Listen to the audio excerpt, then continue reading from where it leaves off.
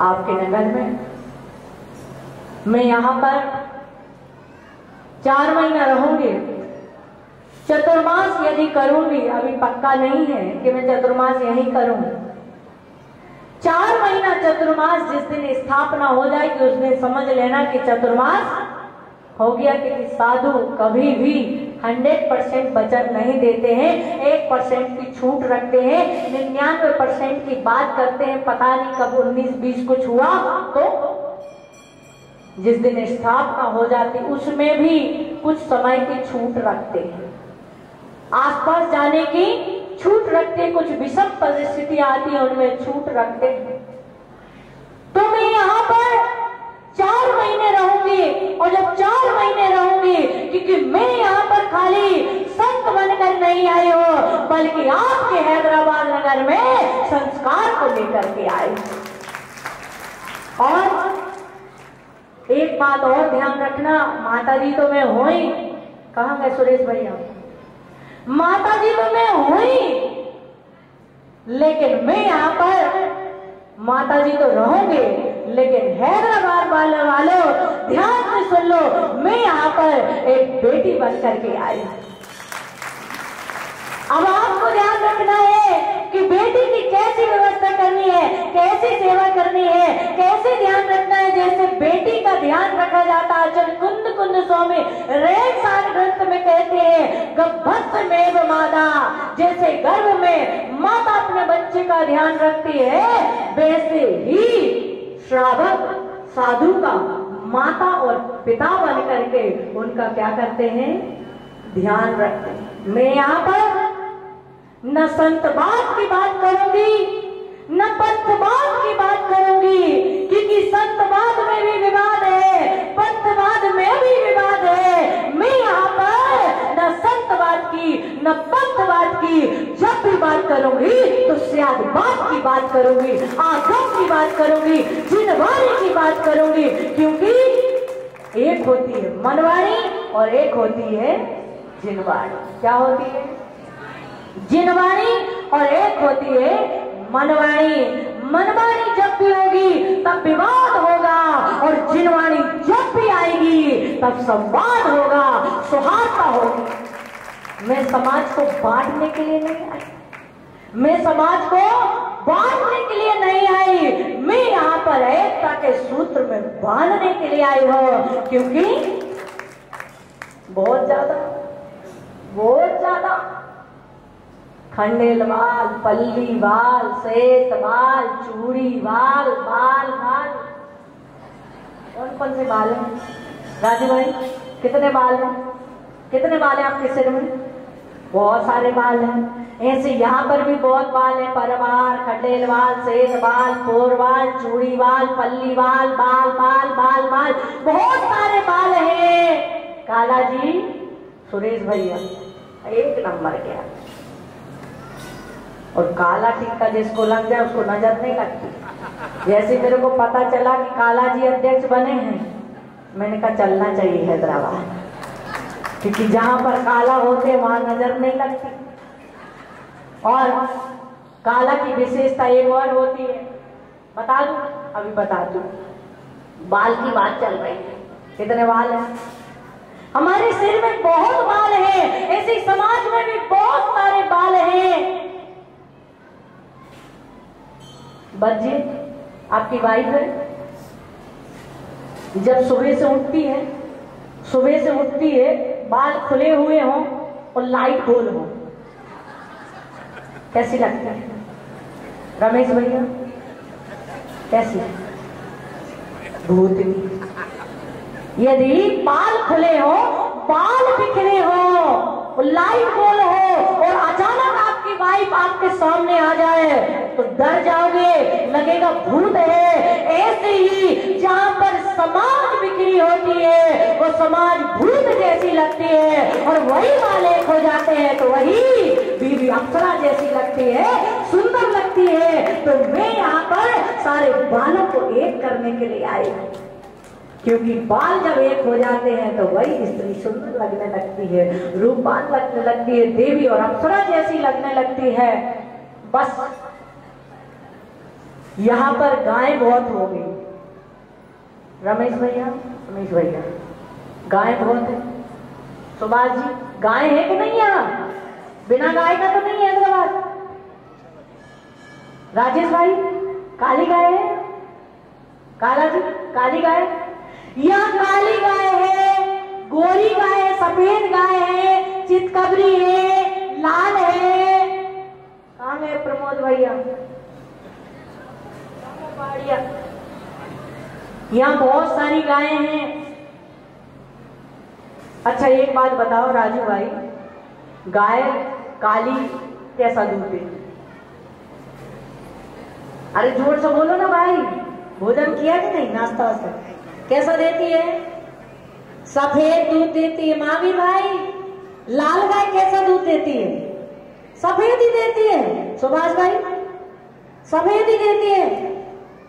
सुरेश भैया चितकबरी गाय। भाई साहब आपका नाम क्या है? प्रवीण पहाड़िया जी, पांड्या जी। काली गाय कैसा दूध देती? भाभी आप लोग भी बताएं। काली गाय, चितकबरी गाय, लाल गाय, पीली गाय, गाय गाय कैसा दूध देती है? सफेद दूध देती। भाई लोग यहाँ की गाय कैसा दूध देती है? ऐसी ही आप लोगों को बताना चाहते हो, गाय काली हो, गोरी हो, चितकबरी हो, लाल हो, पीली हो, दूध सफेद ही देती है। ऐसे ही संत जो होते हैं, किसी पंथ का हो, परंपरा का हो, जब भी वो ज्ञान देगा तो जिनवाणी का ज्ञान देगा, जिनवाणी का सार देगा। संत दिखने में अलग अलग हो सकते हैं, संत दिखने में अलग अलग हो सकते हैं, लेकिन धारा सबके अंदर एक जैसी बहती है। वो बहती है जिनवाणी की धारा, आगम की धारा। मैं आपको बता दूं,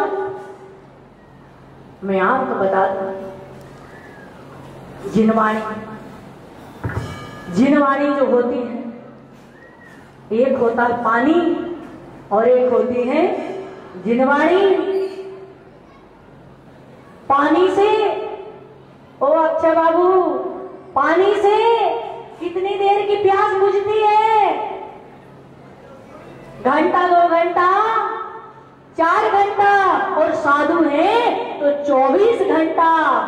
पानी से, पांड्या जी, पानी से प्यास घंटा, 2 घंटा, 4 घंटे के लिए बुझती है, लेकिन जिनवाणी से हमेशा हमेशा की प्यास बुझती है।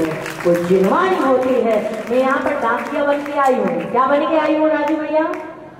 डाकिया। डाकिया का काम कैसा होता है महावीर भाई?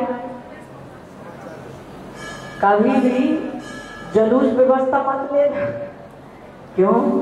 क्योंकि व्यवस्था भी बनाओ और डंडे भी खाओ। क्या हो रही थी भाई? डाकिया। डाकिया का काम क्या होता है? क्या काम होता है? चिट्ठी पहुंचाना। उस चिट्ठी में क्या लिखा है? डाकिया को कोई लेना देना नहीं कोई लेना देना नहीं है। उसमें लव यू लिखा है कि मिस यू लिखा है, उससे कोई मतलब नहीं है। उसे तो बस चिट्ठी आई है, चिट्ठी को पहुंचाना है।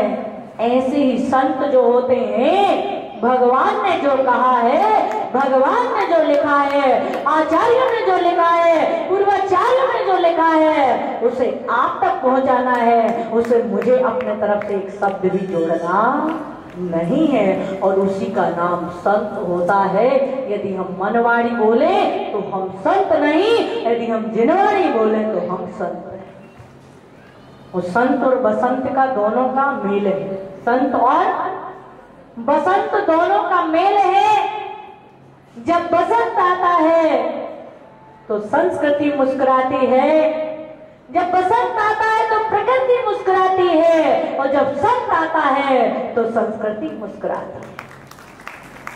बस यूं समझ के चलना कि यहां पर 4 महीने धर्म की गंगा जिनवाड़ी की गंगा बहेगी, कितने अपने पुण्य को भाग्य में बदलेंगे, सौभाग्य में बदलेंगे, ये आपके ऊपर है। विचार करना कि एक वृक्ष के ऊपर यदि जल ना सिंचा जाए तो वो कैसा हो जाता है? सूख जाता है। वो वृक्ष सूख जाता है। उस वृक्ष को समृद्धशाली बनाने के लिए, हष्ट पुष्ट करने के लिए, वृद्धिगत करने के लिए उस पे समय समय पे जल का सिंचन करना पड़ता है। ऐसे ही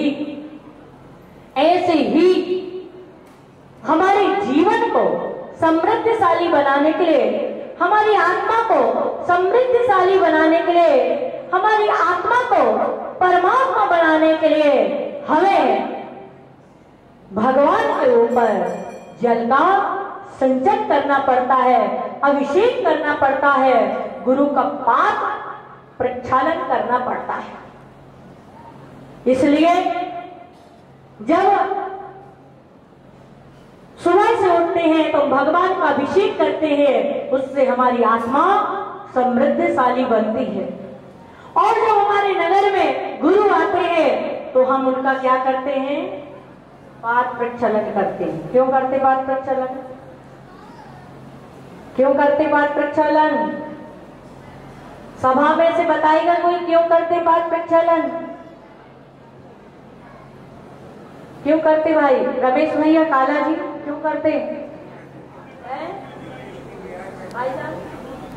कर्मों की निर्जरा के लिए। और भाई दिलीप भाई, क्या नाम? दिलीप जी नाम? अनिल भाई क्यों करते पाद प्रक्षालन? रमेश भाई, राकेश भाई क्यों करते पाद प्रक्षालन? हमारे नगर में गुरु आते हैं, रास्ते में आते हैं, उनके पैर गंदे हो जाते हैं, इसलिए उनको धोने के लिए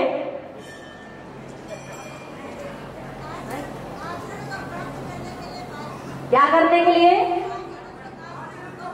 हाँ, उनके जैसा आचरण प्राप्त। कितनी बार धो लिए? जब मौका मिलता तब धो लेते हैं ना। तो आया थोड़ा बहुत कि नहीं? Wifi connection. तो मैं आपको बता दूं, जब नगर में गुरु आते हैं, जब नगर में संत आते हैं, तो हम उनका पाद प्रक्षालन करते हैं। और पाद प्रक्षालन इसलिए करते हैं कि जब आप शिखर ही जाते हैं, किसी तीर्थ की वंदना करने जाते हैं, यहां से बैठते हैं और कहां उतरते हैं? सीधी ईसरी से बैठते हैं सीधे सम्मे शिखर जी, वहां से बैठते बाइक में और ऊपर डोली में ऊपर। और बहुत कम लोग होते हैं जो पैदल भी चलते हैं, लेकिन संत जब गमन करते हैं, कितने जिनालयों की, कितने तीर्थों की, कितने मंदिरों की वंदना करते हैं। और जब हमारे नगर में आते हैं,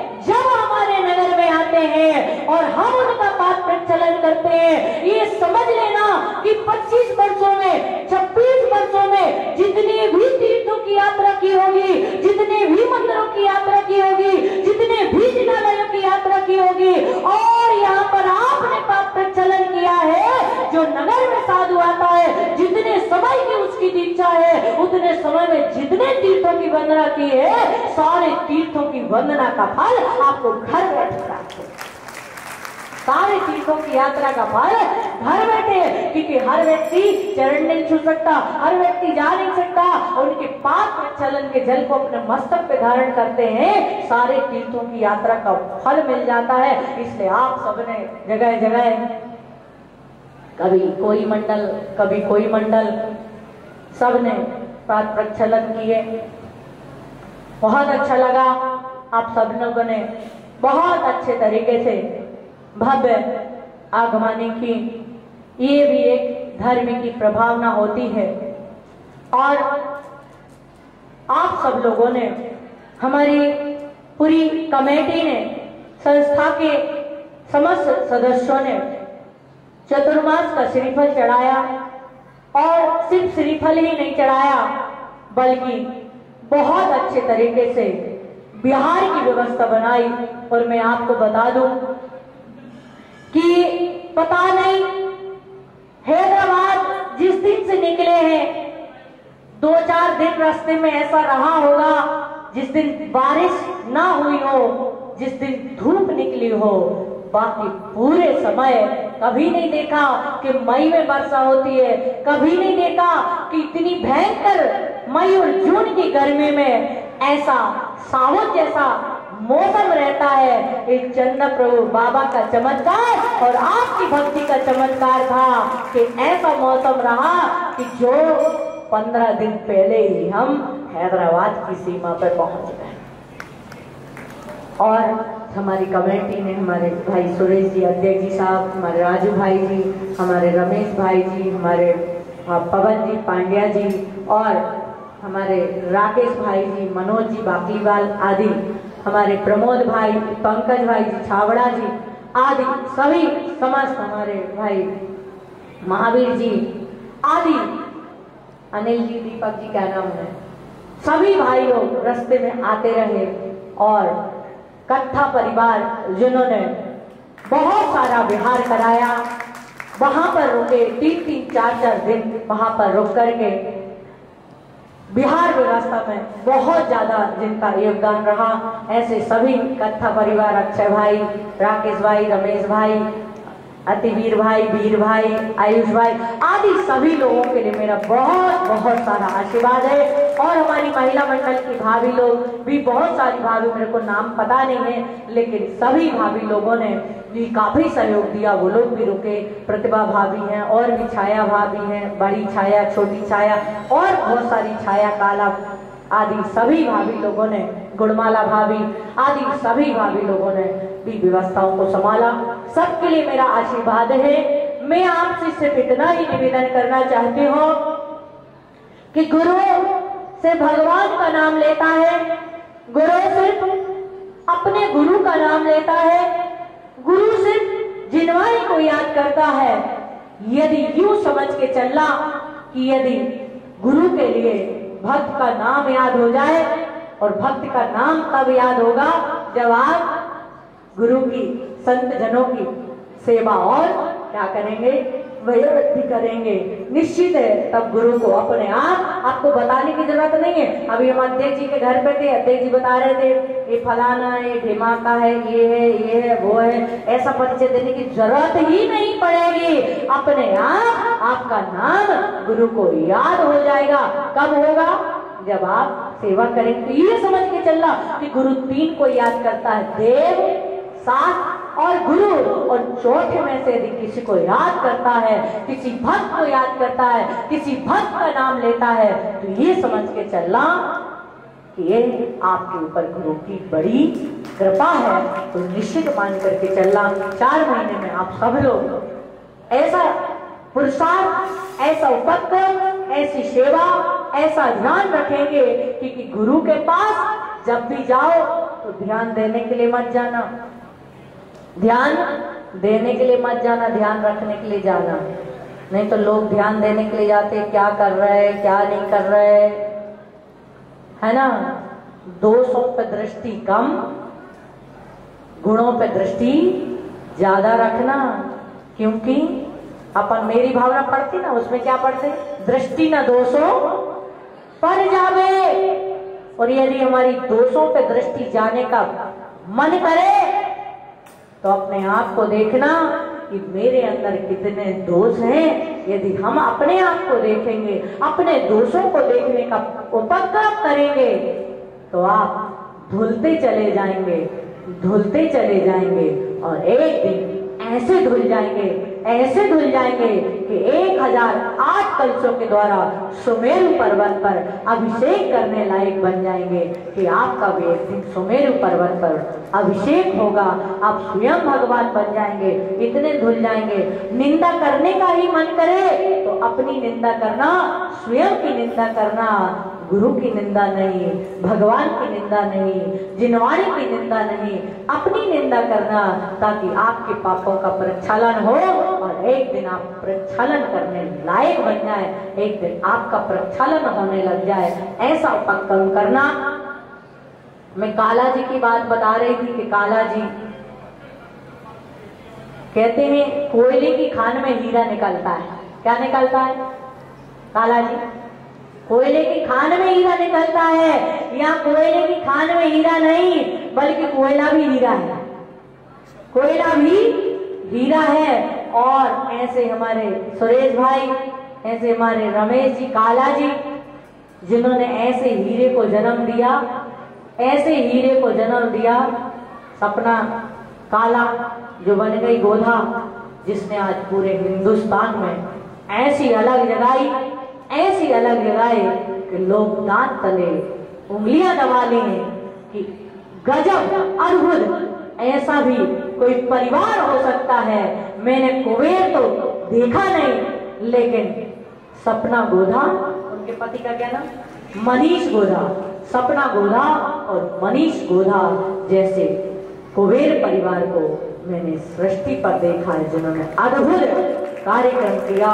ऐसे रत्न, वो रत्न ऐसे पैदा नहीं होते, बहुत पुरुषार्थ करना पड़ता है, बहुत पुरुषार्थ, यानी कि अच्छे संस्कारों से संस्कारित करना पड़ता है, तब जाकर के ऐसे अनमोल रतन हमारे अंदर पैदा होते हैं।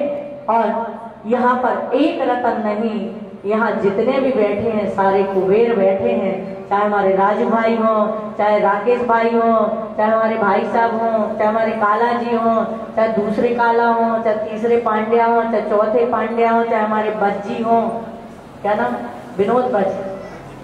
हाँ, बोलते बहुत अच्छा है लेकिन समझ में कुछ नहीं आता।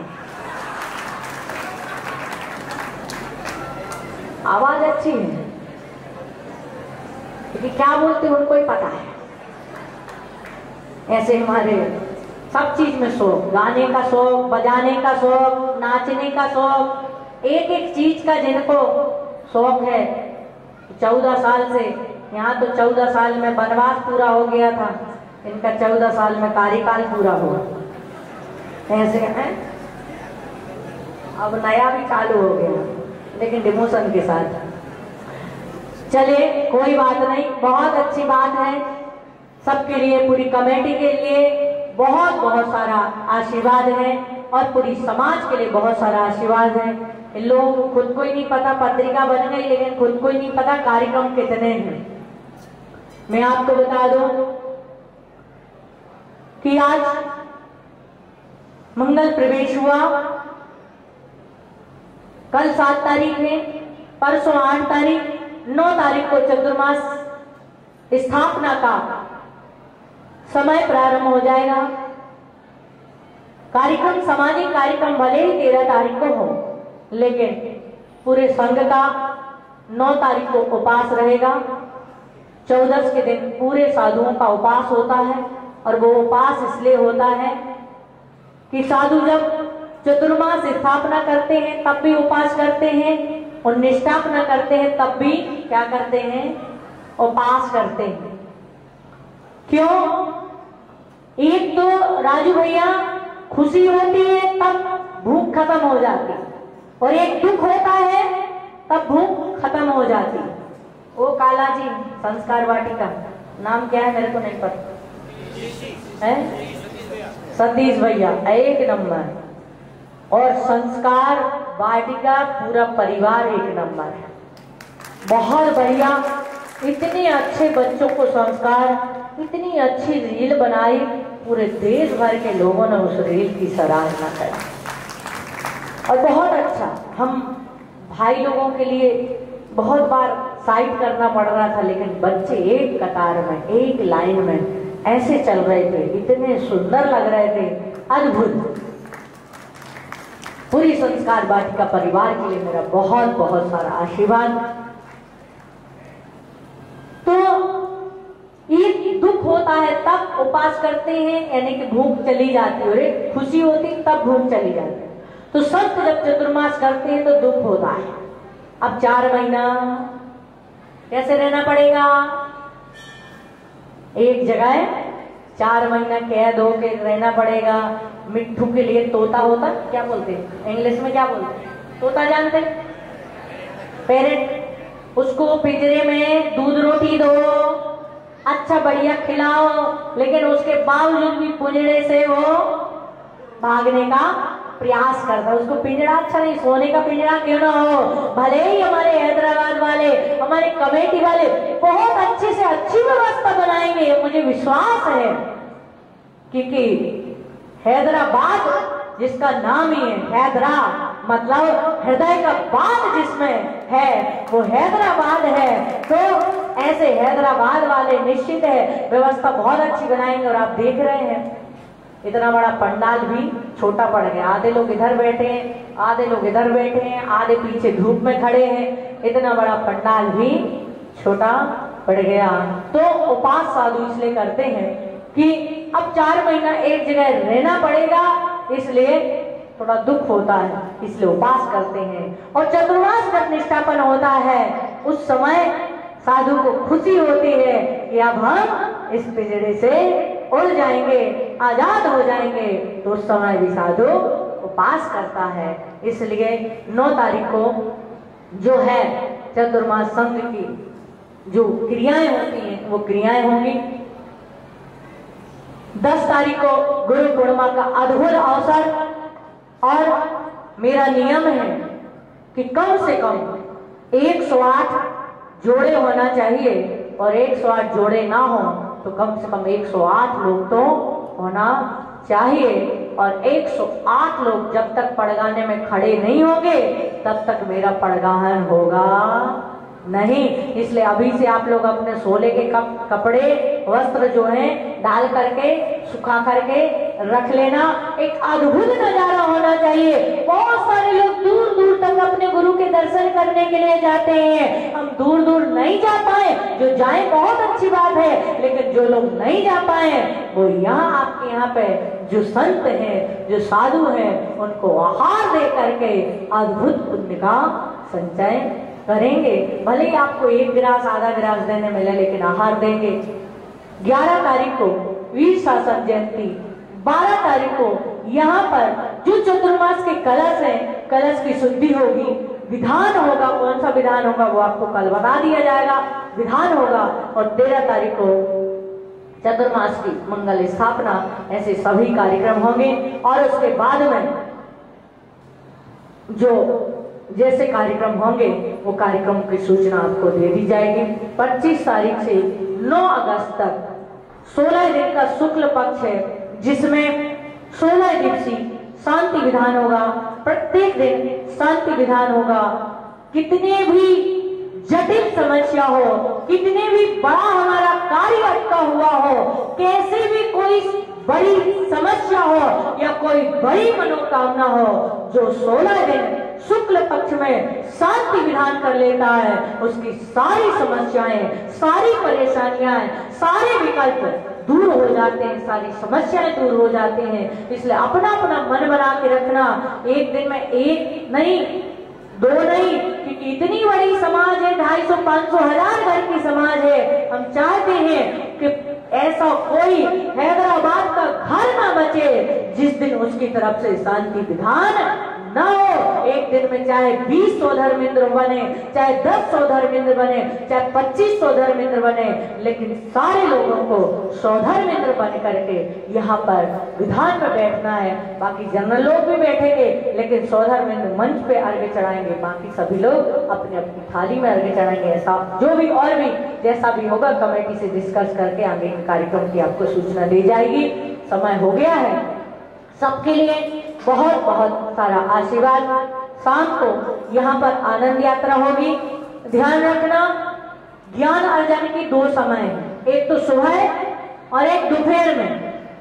और शाम के समय भक्ति संध्या आनंद यात्रा होगी, जहाँ ज्ञान की भी बातें होंगी, शंका समाधान भी होगा, लेकिन उसके साथ भक्ति रस, क्योंकि हंसना पुण्य है और हंसाना परम पुण्य है। मैं यहाँ पर सिर्फ प्रवचन देने के लिए नहीं आई हूँ, बल्कि जो आपके चेहरे उतरे हुए हैं उन पर मुस्कान लाने के लिए आई हूँ, क्योंकि बहुत कठिन है। हाथी को धक्का देना बहुत कठिन है। हाथी को धक्का देना बहुत कठिन है। मच्छर को गोदी में बिठाना बहुत कठिन है। और चींटी के ओठों में लिपस्टिक लगाना बहुत कठिन है, और शादी के बाद मुस्कुराना बहुत कठिन है।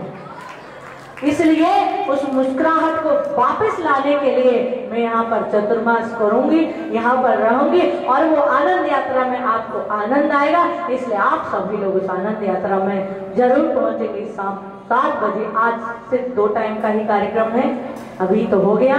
शाम को 7 बजे आनंद यात्रा होगी, आप सभी लोग पहुंचेंगे। समय हो गया, बोले भगवान महावीर स्वामी की। कशी सौभाग्यवती माता जी की। और कोई समाचार?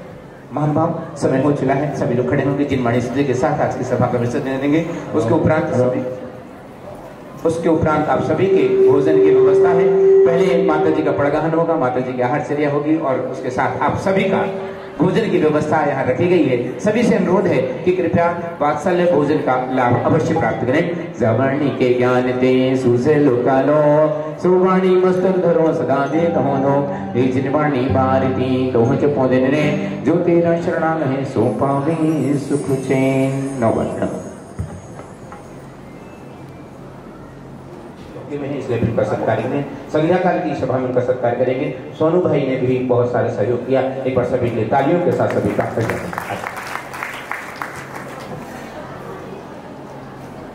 हाँ, सभी लोग हाथ जोड़िए, बोले हे माता जी वंदामी वंदामी वंदामी। आपस में एक दूसरे को देख करके बोलिए जय जिनेन्द्र। बस वही बोलना था। हंसते हुए मुस्कुराते हुए एक दूसरे का चेहरा देखते हुए बोलेंगे जय जिनेन्द्र। शाम को सब लोग आओगे ना? नहीं आओगे तो घर लेने पहुंचा देंगे। अच्छा, आप भोजन की भी व्यवस्था है क्या? बोल दो माइक में। भोजन की व्यवस्था महावीर भर ने ऊपर के हाल में कही, कृपया कर्मशः चाहिए किसी प्रकार की गड़बड़ी करें। ऊपर के हाल में दोनों पुरुष व महिलाओं का भोजन का आयोजन ऊपर के हाल नहीं किया गया। कभी किसी के पास नहीं, सिस्टम से भोजन के लिए वहां ऊपर जाएंगे, और ये माता जी के प्रोग्राम के बाद और कोई भी झूठा होता नहीं डालेंगे। प्लीज सभी से रिक्वेस्ट है। व्यवस्था भोजन ऊपर के हाल में की गई है। दोनों की भोजन की व्यवस्था ऊपर के हाल में की गई है।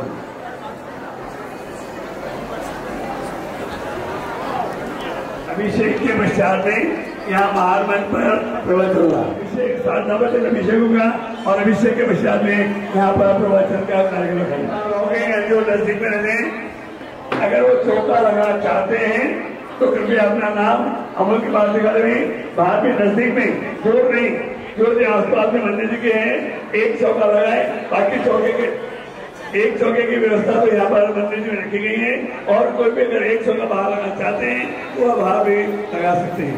वो अपने घर ले आ सकते हैं, यहाँ से पड़गा यहीं पर होगा, और वो अपने घर पे आज से लेकर ले आ सकते हैं।